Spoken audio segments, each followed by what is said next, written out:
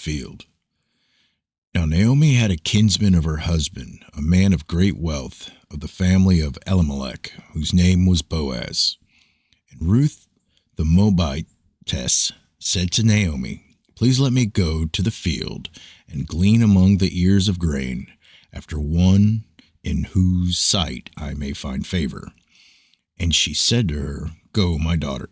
So she departed and went and gleaned in the field after the reapers, and she happened to come to the portion of the field belonging to Boaz, who was of the family of Elimelech. Now behold, Boaz came from Bethlehem and said to the reapers, "May the Lord be with you." And they said to him, "May the Lord bless you." Then Boaz said to his servant, who was in charge of the reapers, "Whose young woman is this?" The servant in charge of the reapers replied, "She's the young Moabite woman who returned with Naomi from the land of Moab." And she said, "Please let me glean and gather after the reapers among the sheaves." Thus she came and has remained from morning until now. She has been sitting in the house for a little while. Then Boaz said to Ruth, "Listen carefully, my daughter. Do not go to glean in another field. Furthermore, do not go on from this one, but stay here with my maids.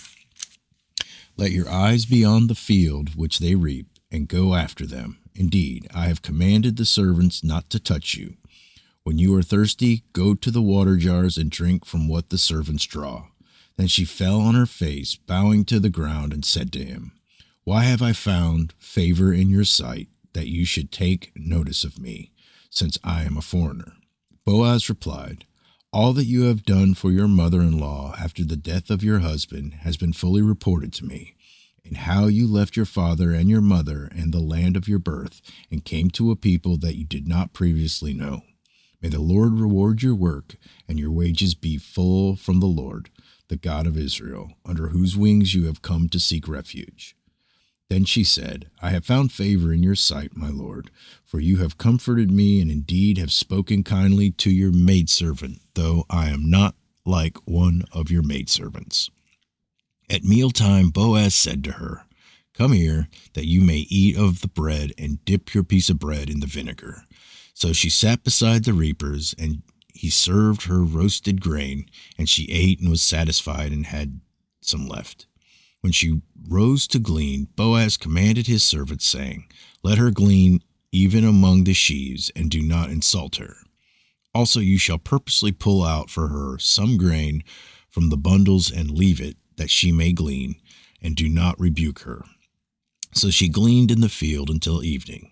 Then she beat out what she had gleaned, and it was about an ephah of barley. She took it up and went into the city, and her mother-in-law saw what she had gleaned. She also took it out and gave Naomi what she had left after she was satisfied. Her mother-in-law then said to her, "Where do you glean today, and where did you work? May he who took notice of you be blessed." So he told her mother-in-law with whom she had worked, and said, "The name of the man with whom I work today is Boaz." Naomi said to her daughter-in-law, "May he be blessed of the Lord, who has not withdrawn his kindness to the living and to the dead." Again Naomi said to her, The man is our relative. He is one of our closest relatives."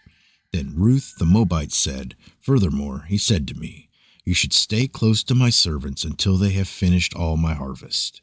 Naomi said to Ruth, her daughter-in-law, "It is good, my daughter, that you go out with his maids, so that others do not fall upon you in another field." So she stayed close to the maids of Boaz, in order to glean until the end of the barley harvest and the wheat harvest, and she lived with her mother-in-law.